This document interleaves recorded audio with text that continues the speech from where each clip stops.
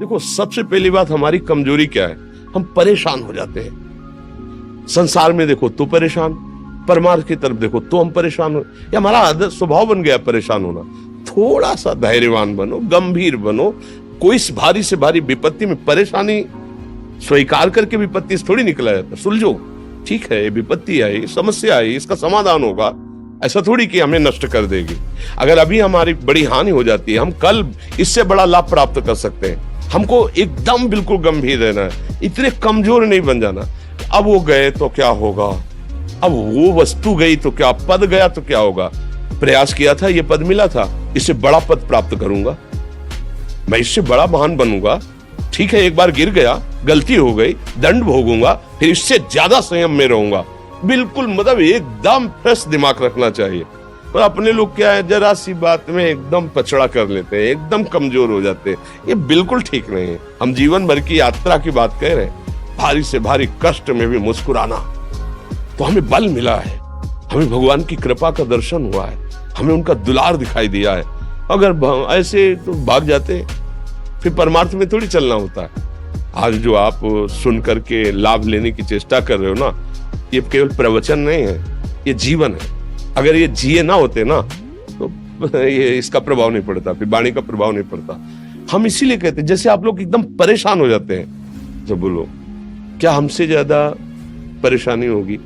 दोनों किडनी खराब, दवाई लाने के लिए पैसे नहीं, पानी रखा है हम उठ के पी नहीं सकते, भीषण शरीर में कष्ट, भीषण बुखार, क्योंकि किडनी फेल, जरा में बुखार, खाने को क्या, रोटी मांग के लाओ। अगर वहां सब्जी मिलती तो लाल मिर्च ऐसी पड़ के मिलती थी कि पा नहीं सकते थे।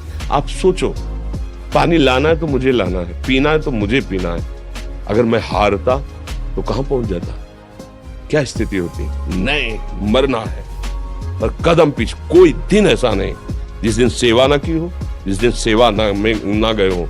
गुरु जी की सेवा में जाना है, पहले अपने को स्वस्थ साबित करना है, नहीं वो सेवा नहीं लेंगे। तुम बीमार हो, तुम कष्ट में, वैसे उनकी दृष्टि बड़ी शांत थी, सेवा की, आके लेट गए। फिर हिम्मत की, अपनी श्री जी की सेवा की, मधुकरी नहीं गए, 3-3, 4-4 दिन भोजन नहीं गए, पर सेवा नहीं छोड़ा, दिनचर्या नहीं छोड़ी। और उसका प्रधान कारण संयम, ब्रह्मचर्य, भगवत आश्रय, नाम जप, कभी हारने नहीं दिया।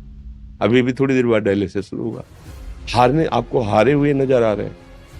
शरीर में पीड़ा है, किडनी फेल है, ऐसा थोड़ा हम स्वस्थ बैठे हैं, पीड़ा है, बार बार प्यास लगती है, थोड़ा थोड़ा पानी मिलता है, हर, लेकिन हम आनंदित हैं, हम प्रसन्न हैं, हम लड़ाई में हारे नहीं हैं, ना हारेंगे, हम जीत चुके हैं, हम अपने मालिक के भरोसे में अपना सब बात।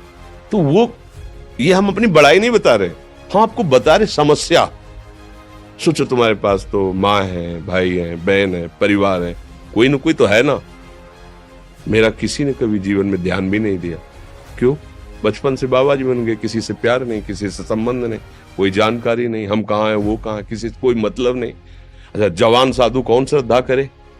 कभी गांव जाने की हिम्मत नहीं पड़ती कि रोटी मांग ले, पता नहीं लोग क्या सोचेंगे, क्या भावना कर ले। हम दरवाजे पे खड़े हैं, क्या कैसी भाव, जो हमारे सामने आकाश वृत्ति से आया यौवन अवस्था में, वही पाया है, अन्यथा भूखे रह गए। जब हम हर समय अपने को विवेक के द्वारा सावधान रखे, तो हम कभी निराश नहीं हुए, कभी उदास नहीं हुए, कभी ऐसा नहीं लगा कि यार हम दुखी, कभी नहीं लगा। उसी का फल है कि उस सुख का संकेत मिल गया जहां दुख की निशानी भी नहीं है। वही उसी के बच्चे हो, हम सब उसी धातु से बने हुए हैं। हम इतना क्यों परेशान हो जाते हैं? हम ये देखते हैं अपने लोग, थोड़ी बात बिगड़ गई परेशान, नहीं बिगड़ी तो बिगड़ जाने की संभावना में परेशान है। आज सुख है, लेकिन कल सुख छिन जाएगा, तो हम आज के सुख में सुखी ना होकर कल के दुख की आने की संभावना में हम भयभीत हो। मतलब क्या हमारी सोच रह गई? हमको इतना बलवान बनना है कि सुख और दुख दोनों हमको छू न सके। भारी से भारी सुख की व्यवस्था है तो अहंकार नहीं, हर्षित होकर किसी का अपमान न करे कि हम धनी, हम पदाधिकारी, अमुक। भारी से भारी दुख आया तो हमें किसी के सहयोग की जरूरत नहीं, हम फिर अपने कदम बढ़ाएंगे, हम फिर जुड़ी हुई अपनी भावनाओं को सजाएंगे। मस्त जीवन एकदम, तुम अविनाशी के बच्चे हो। शेर का बच्चा भेड़ों के बीच में फंसकर म्यों म्यों बोल रहा है, बस अगर दहाड़ना सीख जाए तो कोई भी उसे परास्त नहीं कर सकता। ऐसे भगवद अंश, तू प्रपंच में फंसकर अपने को इतना दीन क्यों देख रहा है? तू ऐसा है कि भगवान के दिव्यास्त्र में भी ताकत नहीं तेरे को मार सके। तू अविनाशी का अविनाशी बच्चा है, विनाशी भोगों को, विनाशी शरीर को मैं मान के इतना भयभीत, इतना दुख ठीक नहीं। ये सबके लिए, केवल एक के लिए नहीं। आप समझो, आप लोग सोचते हैं हम गृहस्थ होकर भला ऐसी स्थिति कैसे। जनक जी सुखदेव जी के गुरु हैं और राजा हैं, महल है, रानियां हैं, नौकर है, चाकर।